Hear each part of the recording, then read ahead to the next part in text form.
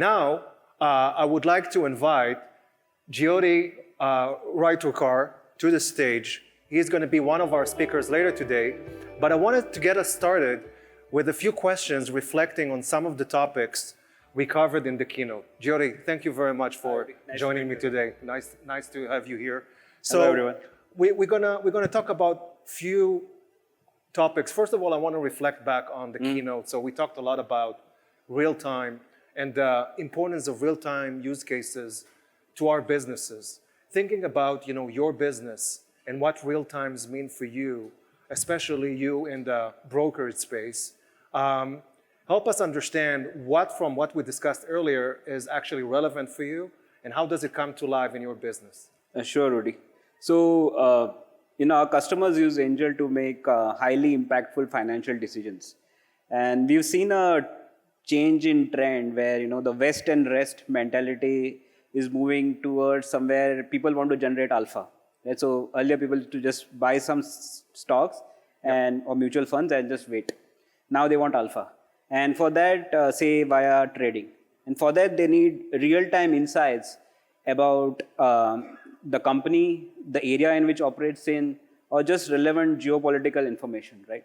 And customers just can't get enough information. They want it real time, to make those timely decisions. Another angle to this is, we use a lot of real time information for our risk management and fraud detection systems. So that's also a very critical part.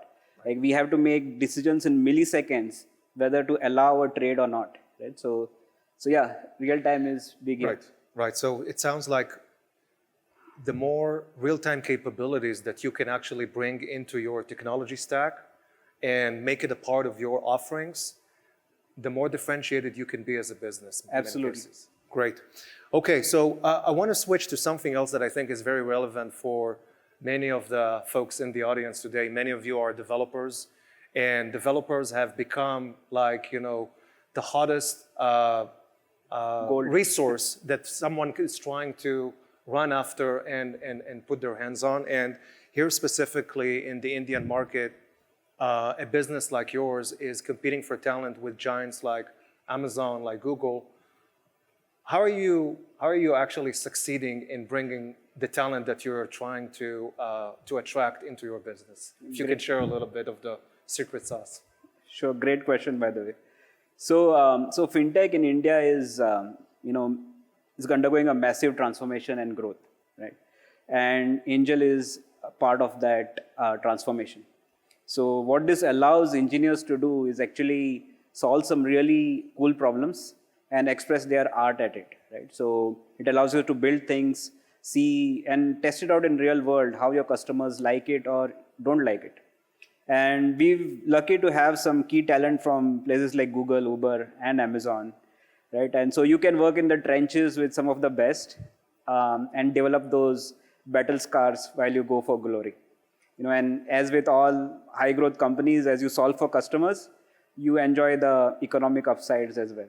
Right. So it's, I think it's the main factor there is the ability to give the developers those types of challenges that are unique. Absolutely, express their craft, right? Yes.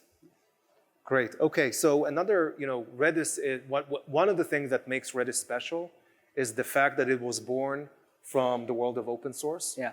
And open source as a concept in building your own technology stack, right?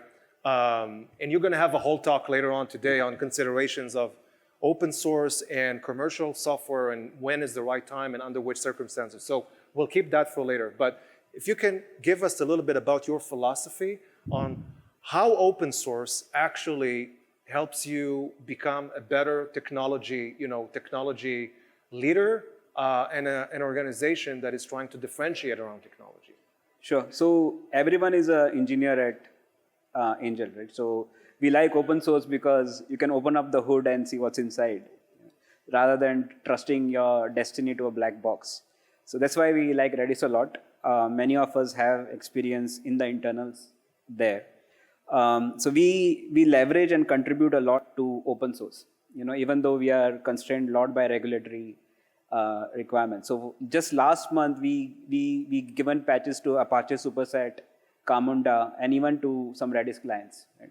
Also, by the way, very interestingly, we have an API product, and there's a very vibrant developer community around those APIs. So people build SDKs and a lot of different products on top of this APIs where we give price data and trading APIs and stuff like that. So very interesting to see how that community engage with us. So if I get it correctly, those APIs that you refer to are also open source? Yes. That you are building yourself? Yes, we are building the APIs ourselves, exposing it. And okay, so maybe you'll help me understand what is your motivation to open your APIs to be open source and not kind of keep them as part of your commercial solution and package that in a way into what you offer? What is your motivation to open it up to the world? Sure, I think just the wide variety of products that our customers need, right? Okay. So, and the fact that we want to partner with some of these customers, and many of these customers are developers, right? They want to use the API, but want to build some of their own solutions on top. So our posture there was, let's partner together and build stuff. Right, and that, I suppose, creates more opportunities for Absolutely, you. Yep. for everyone involved. Yep, great. Okay, last question for this section is, again, we are at the prediction season. What I mean by that, it's November 2022, so everyone is starting to think about 2023 and, what are the top priorities for 2023. So you're not gonna escape that. I'm gonna ask you that question as well. So were you thinking about 2023 and your technological priorities for that year? If you can share, some of your thoughts on what is top of mind for you.